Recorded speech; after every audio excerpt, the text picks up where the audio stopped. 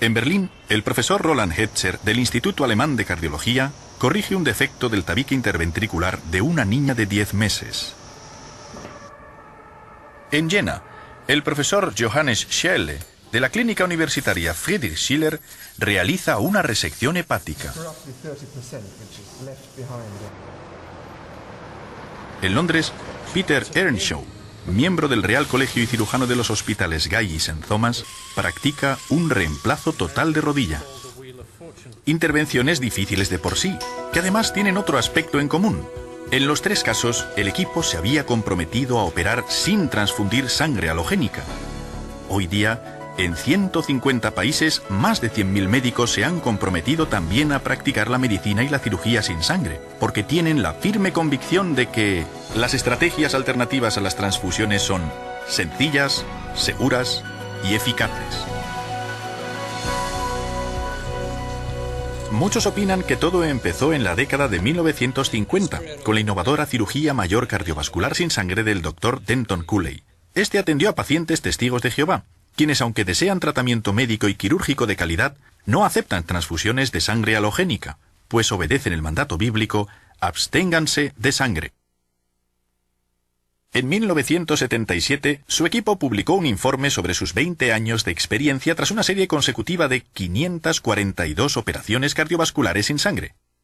En él se indicó un riesgo aceptablemente bajo. El profesor Richard Spence, pionero en estrategias alternativas a las transfusiones. Lo que aprendimos con los testigos de Jehová en las primeras etapas de la medicina y la cirugía sin sangre benefició sin lugar a dudas al resto de nuestros pacientes. Actualmente, el campo del ahorro de sangre supone el uso planificado de múltiples alternativas para evitar la necesidad de transfundir a un paciente sangre de otra persona. Hemos operado tanto a neonatos como a personas de más de 90 años y utilizamos los mismos enfoques y técnicas. El profesor Albert Hug habla de lo que se ha logrado en los pacientes en general. Durante los años en que los riesgos de las transfusiones de sangre no se percibían como hoy, el 15% de las pacientes de riesgo recibían sangre. En la actualidad, esta cifra está muy por debajo del 1%, y eso que nuestro centro se especializa en casos complicados.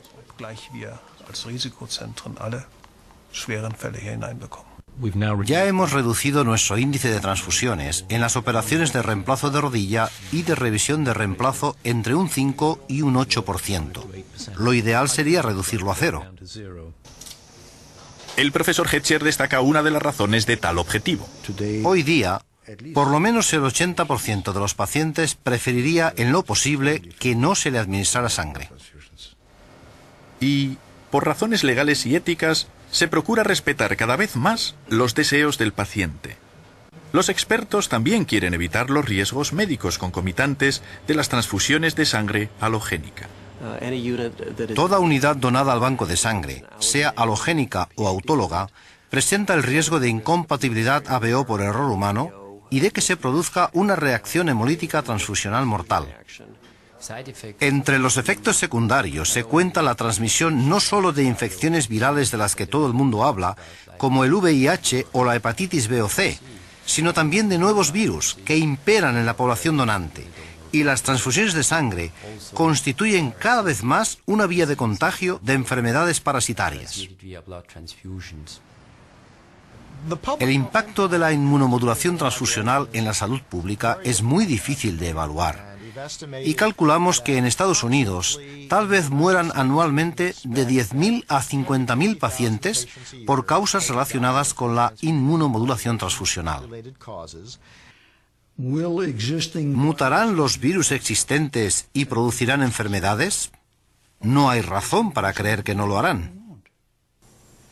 Muchos ven estos riesgos y los gastos concomitantes, pero creen que no disponen de alternativas a la sangre halogénica. Sin embargo, tras un estudio innovador realizado por el Dr. Paul Eber de Canadá, hasta los beneficios de la sangre halogénica, según los criterios actuales, se están cuestionando. En dicho estudio se comparaba una práctica transfusional liberal en pacientes graves de la unidad de cuidados intensivos con otra restrictiva. Los resultados fueron sorprendentes, en particular las tasas de mortalidad. Me refiero al estudio de Eber, en el que se demostró con más de 800 pacientes que transfundir menos da mejores resultados. Dos estudios previos aportaron datos que indican la necesidad de revisar los criterios sobre el uso de sangre. Veamos primero el estudio Sanguis, publicado en 1994. Fue parte de una acción coordinada del Programa de Investigación Médica de la Comisión Europea y analizó los índices de transfusiones en importantes hospitales europeos. Llegaron a compararse los índices habituales en 43 hospitales clínicos para 6 intervenciones comunes y estandarizadas.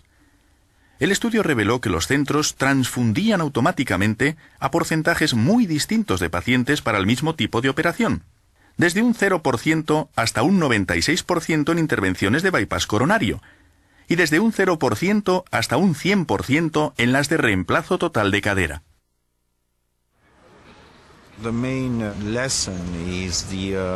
Lo que se destaca es la variabilidad de la práctica transfusional entre un centro y otro para la misma operación. En 1998 se publicó un estudio complementario en Bélgica. El estudio Biomed sobre transfusiones en el campo quirúrgico abarcó todo tipo de hospitales y encontramos exactamente la misma escala de variabilidad. Así que llegamos a la conclusión de que la variabilidad implica que muchos de los componentes sanguíneos que se transfunden se están administrando innecesariamente. Hay que destacar un aspecto positivo con relación a dos de los hospitales belgas que participaron en ambos estudios. Tras el estudio Sanguis, cambiaron su criterio transfusional. Habían logrado de algún modo reducir a una quinta parte, por lo menos, el uso de sangre en operaciones de cirugía mayor, como la de colectomía por cáncer. La estancia hospitalaria era más corta y no se produjo aumento alguno, ni en la morbilidad ni en la mortalidad. El profesor Philip van der Linden resume la conclusión a la que han llegado muchos especialistas a la luz de lo que se ha aprendido en los últimos años. En vista de que permite mejorar la atención al paciente y reducir el costo de la asistencia médica, el ahorro de sangre no es opcional, es imprescindible. Ahora bien, ¿en qué radica la eficacia de un programa de alternativas a las transfusiones? En que exista una labor de equipo, dicen los expertos. Francamente, tiene que haber colaboración. Ha de ser una labor de equipo y debe adaptarse al estado del paciente, así como al tipo de operación. Algunas técnicas son adecuadas para ciertos procedimientos y ciertos cirujanos, y no para otros. Las diversas técnicas alternativas a las transfusiones podrían dividirse en 3 principios básicos, 3 pilares. La planificación preoperatoria supone reconocer que el paciente no tiene suficientes eritrocitos endógenos para la operación planeada. Y esto no solo depende del hematócrito, sino además del volumen sanguíneo estimado del paciente, la pérdida de sangre prevista en operaciones de este tipo y también el umbral de transfusión que se considera razonable o tolerable para el paciente en cuestión. El primer pilar corresponde a una adecuada tolerancia a la anemia.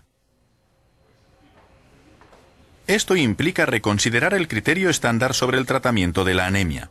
Hay quienes todavía consideran como umbral de transfusión para todo paciente un hematócrito del 30% o un nivel de hemoglobina de 10 gramos por decilitro, cifras que se remontan a un artículo de Adams y Landy publicado en 1942.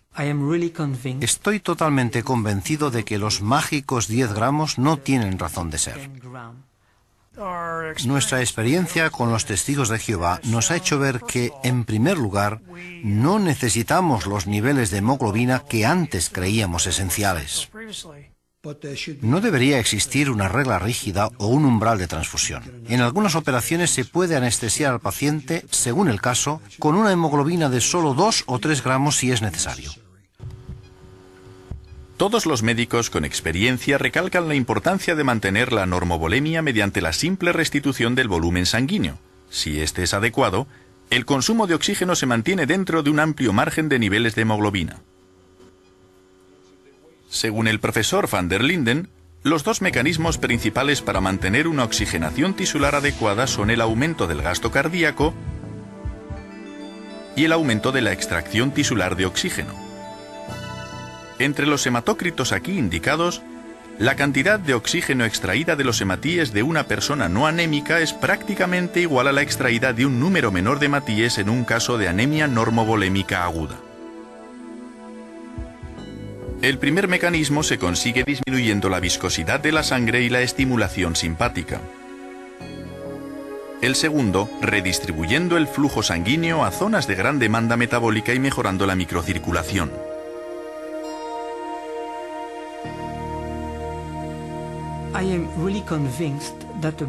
Estoy plenamente convencido de que un mayor conocimiento del mecanismo que permite mantener la oxigenación tisular adecuada en un caso de anemia normovolémica aguda podría disminuir el riesgo de transfusión de sangre. ¿Qué experiencia ha habido con relación a este principio en particular? He reducido a la mitad nuestro índice de transfusiones con solo decir, ¿podemos bajar nuestro umbral de 10 a 8 y controlar un poco más las decisiones? Fue muy fácil, no costó nada. Sabemos que podemos permitir que los pacientes se adapten a niveles de hemoglobina relativamente bajos sin transfusiones de sangre. Como es lógico, hace falta planear con antelación, sobre todo si el paciente, por razones religiosas o de otra índole, rechaza la sangre halogénica. La planificación preoperatoria requiere una cuidadosa evaluación clínica de los riesgos de hemorragia y minuciosos análisis de laboratorio, incluidos los parámetros hematológicos estándar. Según el estado del paciente, podrían necesitarse también pruebas de coagulación y de afecciones que contribuyen a la anemia. Luego hay que calcular el margen de seguridad, es decir, la pérdida de eritrocitos tolerable para un paciente concreto durante todo el proceso perioperatorio. El profesor Earnshaw, basándose en las operaciones de reemplazo de articulaciones, explica su forma de abordar la situación. Con tan solo la altura y el peso, el sexo y la hemoglobina y el hematócrito iniciales se puede calcular el volumen sanguíneo. Luego, consultando los datos que se tengan, y cualquiera que haya practicado más de unas cuantas operaciones de este tipo debería poder referirse a ellas y ver cuál es la pérdida habitual, hay que averiguar la pérdida prevista para esa intervención en concreto. El último factor es ¿cuánto puede tolerar el paciente? En otras palabras, ¿hasta qué nivel puedo dejar que llegue? ¿Y si la pérdida de eritrocitos prevista es mayor que la tolerable? La pérdida de sangre tolerable puede incrementarse con solo reducir el umbral de transfusión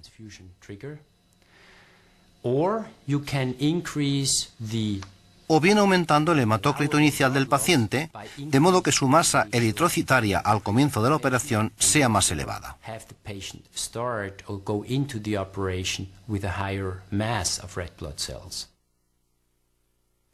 Varias de estas técnicas proactivas se pueden agrupar bajo el segundo pilar: optimizar la masa eritrocitaria. Podemos incrementar la masa eritrocitaria circulante del paciente antes de la operación. Y eso se consigue con hematínicos baratos, como el hierro, el ácido fólico y la vitamina B12.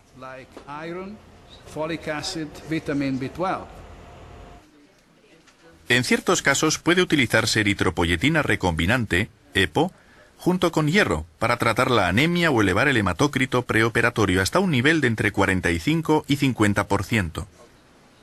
La EPO suele empezar a administrarse de 10 a 21 días antes de la operación.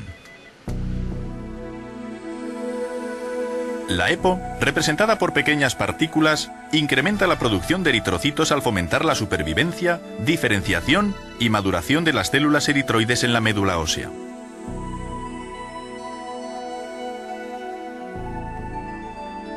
En la última etapa eritroblástica, los núcleos son eliminados. Finalmente, los eritrocitos son liberados en el torrente sanguíneo. Obsérvese cómo acelera la EPO la producción de eritrocitos. Con la eritropoyetina, además de incrementarse la masa eritrocitaria, suele ganarse una semana. Véase cómo el hematócrito sube relativamente más con la eritropoyetina, según cierto estudio. Y con la eritropoyetina podemos hacer que la hemoglobina circulante aumente 1 gramo por decilitro cada semana del tratamiento. El tratamiento con eritropoyetina humana recombinante también ha resultado eficaz como estrategia de ahorro de sangre, especialmente en intervenciones ortopédicas practicadas a pacientes anémicos. Y con ello me refiero a aquellos cuya hemoglobina inicial es inferior a 13 o cuyo hematócrito es inferior al 39%. Ahora utilizamos eritropoyetina en casos muy específicos, como por ejemplo, con los hijos de testigos de Jehová, a quienes empezamos a administrársela de 4 a 6 semanas antes de la operación. Se la damos 2 veces a la semana, a una dosis de 400 unidades por kilogramo. Si se combinan los dos principios, es decir, se aumenta el hematócrito preoperatorio y se disminuye el umbral de transfusión de sangre halogénica, es posible permitir que se produzca una pérdida de sangre aún mayor sin la necesidad de transfundir sangre halogénica. Y esta pérdida de sangre admisible puede reducirse aún más con algunas técnicas quirúrgicas y anestesiológicas.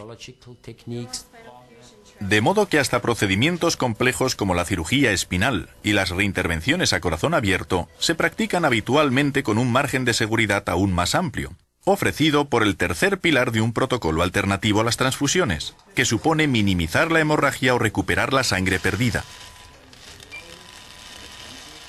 Veamos algunas técnicas intraoperatorias eficaces. El posicionamiento del paciente es una técnica sencilla y eficaz para reducir la hemorragia.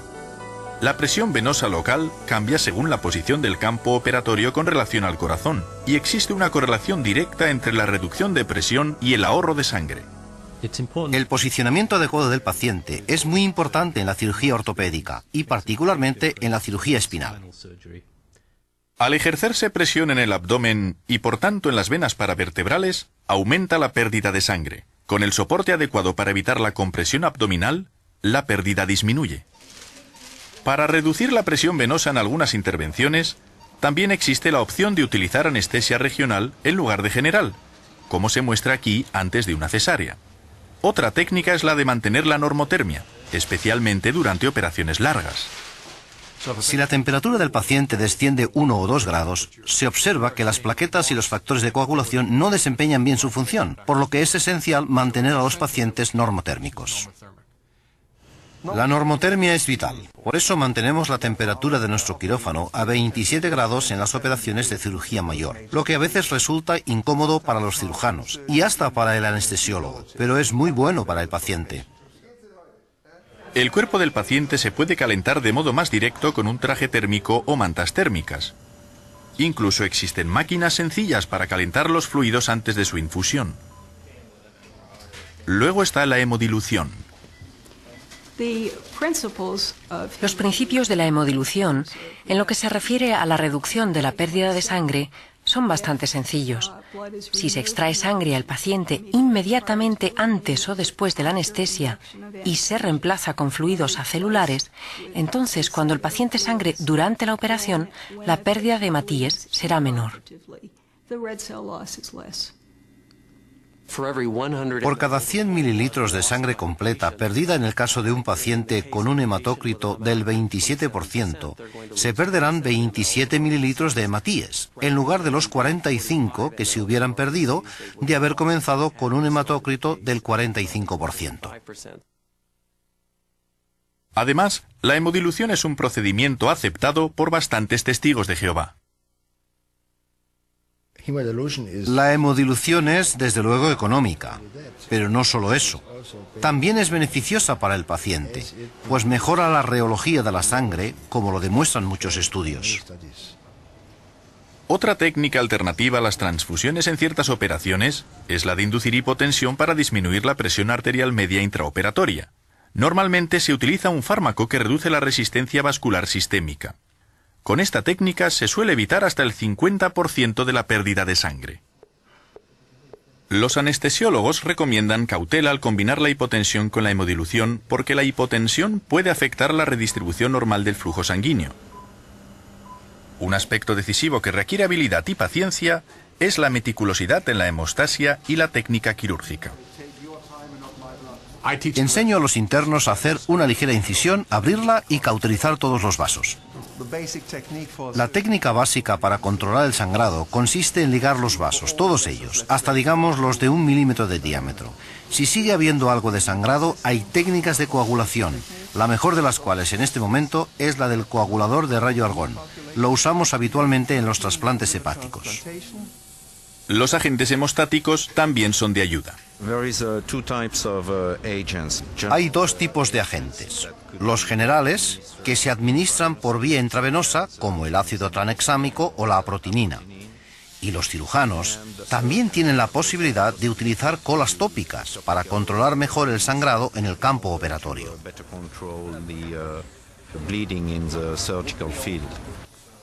Aquí vemos cómo se aplica una compresa de cola de fibrina directamente sobre la superficie disecada de un hígado. Este producto, que contiene una fracción de sangre, es aceptado por bastantes testigos de Jehová y otros pacientes. La última alternativa intraoperatoria a las transfusiones se denomina recuperación de sangre.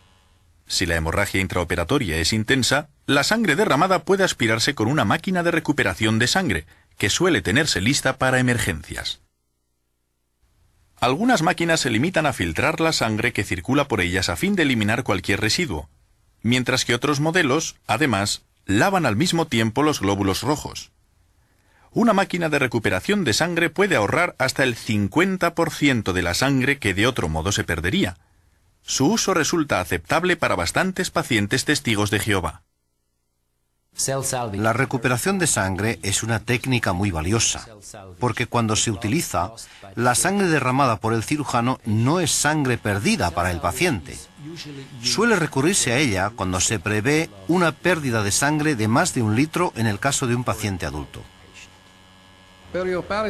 La recuperación perioperatoria de sangre es una técnica muy útil para el ahorro de sangre, pues resulta muy fácil de integrar en la mayoría de las operaciones cardiovasculares, ortopédicas, ginecológicas y demás. De modo que tiene amplias aplicaciones en la cirugía. Algunas máquinas de recuperación de sangre pueden adaptarse a niños pequeños, lo que amplía los horizontes de la técnica. También hay modelos sencillos que suelen ser muy útiles en el postoperatorio. Particularmente en las operaciones de rodilla, que suelen realizarse con torniquete y por tanto no hay pérdida intraoperatoria de sangre, la recuperamos después. Es muy sencillo, muy útil y relativamente barato. Solo hay que filtrar la sangre que sale y reinfundirla. Llevamos unos 4 años haciéndolo y estamos muy satisfechos con la tasa de éxito. Otro factor importante para minimizar la pérdida de sangre es la toma de micromuestras para los análisis necesarios.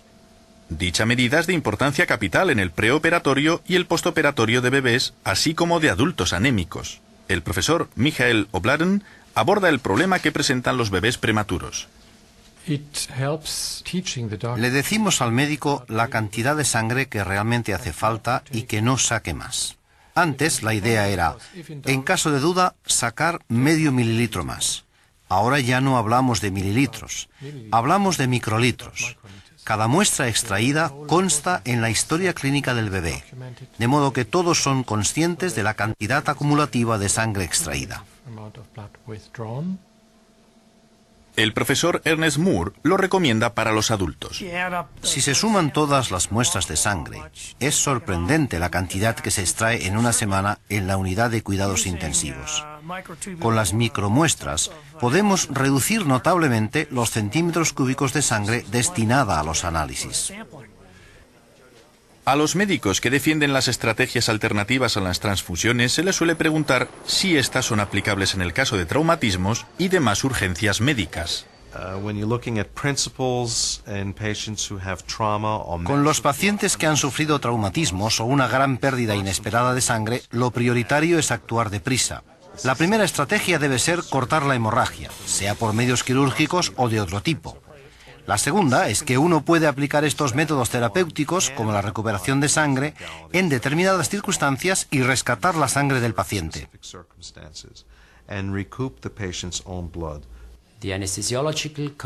El concepto anestesiológico es el de tolerar cierto grado de presión sanguínea relativamente baja y ser un poco restrictivos en transfundir enormes cantidades de volumen.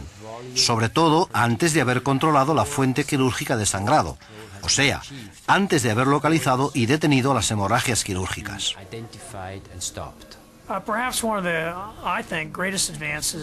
Tal vez uno de los, creo yo, mayores adelantos en el ahorro de sangre en los traumatismos ha sido el concepto de lo que denominamos cirugía de control de daños.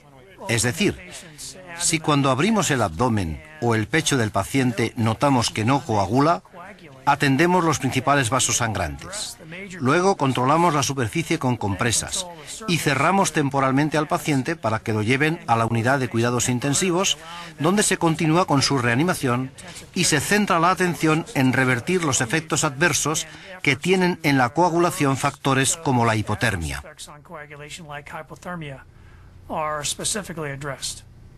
En los traumatismos, el recalentamiento es muy importante, porque la hipotermia prolongada obstaculiza la coagulación y, por tanto, la pérdida de sangre es mayor. El profesor Moore resume otras medidas eficaces. Al pasar a la unidad de cuidados intensivos, donde los problemas son más complejos, opino que el uso de la eritropoyetina se hace aún más imperioso en los casos de traumatismo. A los pacientes testigos de Jehová les administramos sin demora eritropoyetina y hierro tan pronto como llegan al hospital. Puede que también efectuemos una evaluación preventiva de los órganos sólidos mediante radiología intervencionista y que recurramos a la embolización de arterias que no experimentan hemorragia activa, pero corren el riesgo de experimentarla más adelante. Esta breve síntesis de las estrategias debe verse más bien como una idea global. Es cierto que hay una lista de alternativas a las transfusiones, pero eso no nos lleva al quid de la cuestión. El asunto es que tenemos que utilizar dichas alternativas en múltiples combinaciones, adaptadas a las necesidades del paciente. No todo paciente necesita todas las estrategias. Un buen ejemplo de ello es la eritropoyetina.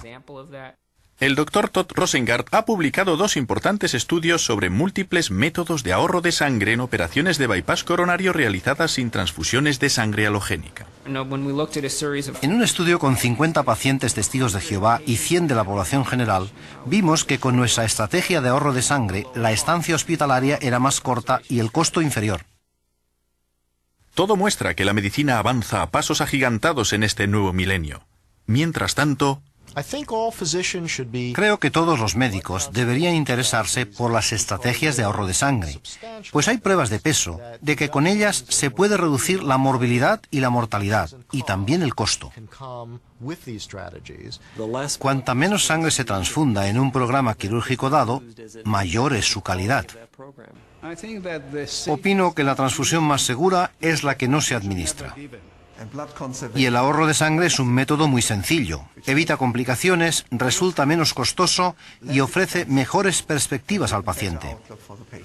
Hay medidas muy sencillas y baratas que ayudarían a la mayoría y que se pueden adoptar hasta en el hospital más pequeño. Las alternativas a las transfusiones son seguras. No las utilizo únicamente con el paciente testigo de Jehová, sino con todo paciente que viene a mí. Las alternativas a las transfusiones son técnicas médicas buenas, bien fundadas y seguras para nuestros pacientes.